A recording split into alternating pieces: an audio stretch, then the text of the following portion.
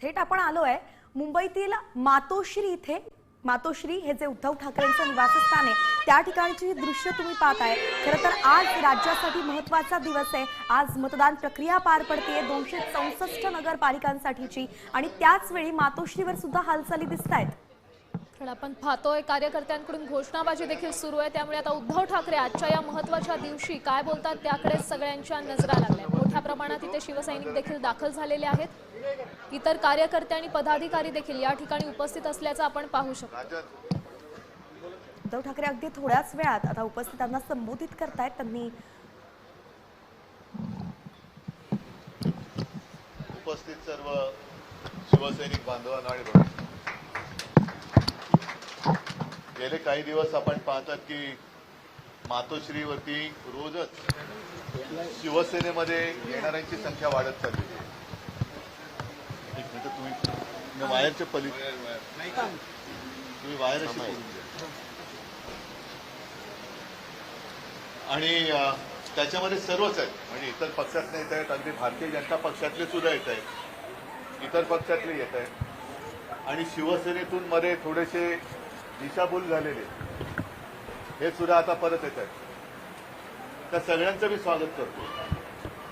मधल्या काळामध्ये जी एक धुळफेक केली गेली होती सगळ्यांच्या डोळ्यात, आणि नाही म्हटलं तरी तुमच्यासारखे सगळे कट्टर शिवसैनिक त्याला थोडेसे बळी पडले होते। आता एक एक एक एक एक एक म्हणजे हवेमध्ये प्रदूषण आहे, राजकारणात सुद्धा प्रदूषण आहे, पण जी धुळफेक होती ती आता स्पष्ट व्हायला लागली। गद्दारी करताना कारण काय दिलं होतं? उद्धव ठाकरे आणि बाळासाहेबांचे विचार सोडले, काँग्रेस बरोबर गेले म्हणून आम्ही युती तोडली। पण स्वतः अगदी गेल्या काही वर्षातलं जर का आपला इतिहास त्यांनी पाहिला तर मला ती कल्याण डोंबिवलीची सभा आठवते की भाजप कसा शिवसैनिकांवरती अत्याचार करतोय, म्हणून मी त्या मंत्रिमंडळात त्यांच्या मांडीला मांडी लावून बसू शकत नाही, त्यासाठी मी राजीनामा देतो आहे, असं नाटक करणारा पण एक आपण बघितला होता। त्याच्यानंतर एक कारण दिलं, अजित पवार राष्ट्रवादी आम्हाला निधी देत नाही म्हणून त्यांच्यासोबत आम्ही बसू शकत नाही, काँग्रेस बरोबर बसू शकत नाही। आता शिवसैनिकांना त्रास देणाऱ्या भाजपाबरोबर ते म्हणजे विसर्जन व्हायचं बाकी राहिलेलं आहे। जे अजित पवार निधी देत नव्हते त्या अजित पवारांच्या मांडीला मांडी लावून बसलेले आहेत। आणि काँग्रेस सोबत शिवसेना गेली, काँग्रेस सोबत गेलेली नाहीये।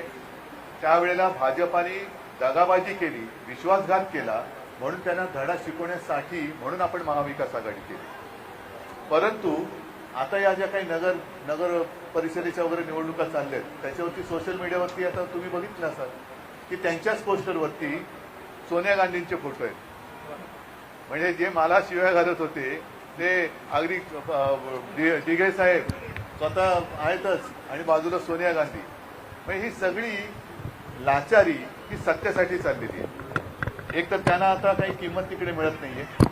भाजप तर आता सरळ सांगते की फक्त नंबर 1लाच महत्व असतं, नंबर 2 नसतोच।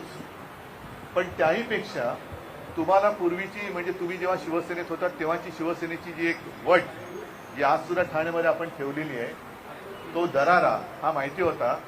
आज भाजपचे कार्यकर्ते ठाण्यामध्ये शिवसैनिकांना मारहाण करतायत, पण हे का चूक करू शकत नाही। याला काय म्हणायचं? लाचेरी म्हणायचं नाही तर काय म्हणायचं? पण मला त्याची चिंता नाहीये, कारण ठाणा म्हटल्यानंतर शिवसेनेचा बालेकिल्ला आणि तो बालेकिल्ला अबाधित राखण्याचं काम हे तुम्हाला करावं लागणार आहे। आपला भगवा त्याच्यावरती आता मी बघितलं मशाल आहे, पण मी सर्वांना एक विनंती करतोय की मशाल वेगळी ठेवा। भगवा आपला शिवरायाचा पवित्र जो भगवा आहे तो भगवा तसाच राहिला पाहिजे, त्याच्यावरती कोणतंही चित्र हे छापू नये। भाजपचा तोच डाव आहे। एक तर त्यांनी त्यांच्या फडक्यावरती तो हिरवा रंग लावलेलाच आहे, पण आपल्या हिंदूंची आणि मराठी जनतेची फसवणूक व्हावी, कुठेतरी गोंधळ व्हावा म्हणून मग त्याच्यावरती भगव्यावरती वेगवेगळी चित्र लावून हे लोकांच्या मनात गोंधळ ओढवतात। त्याच्यामुळे आपला भगवा हा पवित्र भगवा हा भगवाच मशालीसारखा दिसला पाहिजे आणि तो दिसतोच। लांबून जर का भगवे पाहिले आपण फडकताना तर ते भगवेच मशालीसारखे फडकत असतात। त्याच्यामुळे ती जी मशाल आहे ती छत्रपती शिवरायांची, हिंदुत्वाची, महाराष्ट्र धर्माची आणि शिवसेना प्रमुखांनी आपल्या हातात दिलेली की मशाल घेऊन पुढे चला, मध्ये येणारी सगळी जळमट असतील किंवा इतर सगळे विरोधक असतील ते त्या तेजानेच जळून भस्म होतील हा मला आत्मविश्वास आहे. मी तुमच्या सगळ्यांचं स्वागत करतो आणि शुभेच्छा देतो. जय हिंद, जय महाराष्ट्र.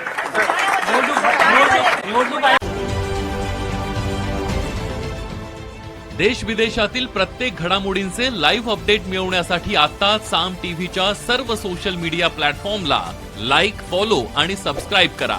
तसंच सर्व नोटिफिकेशनसाठी बेल आयकॉन प्रेस करायला विसरू नका.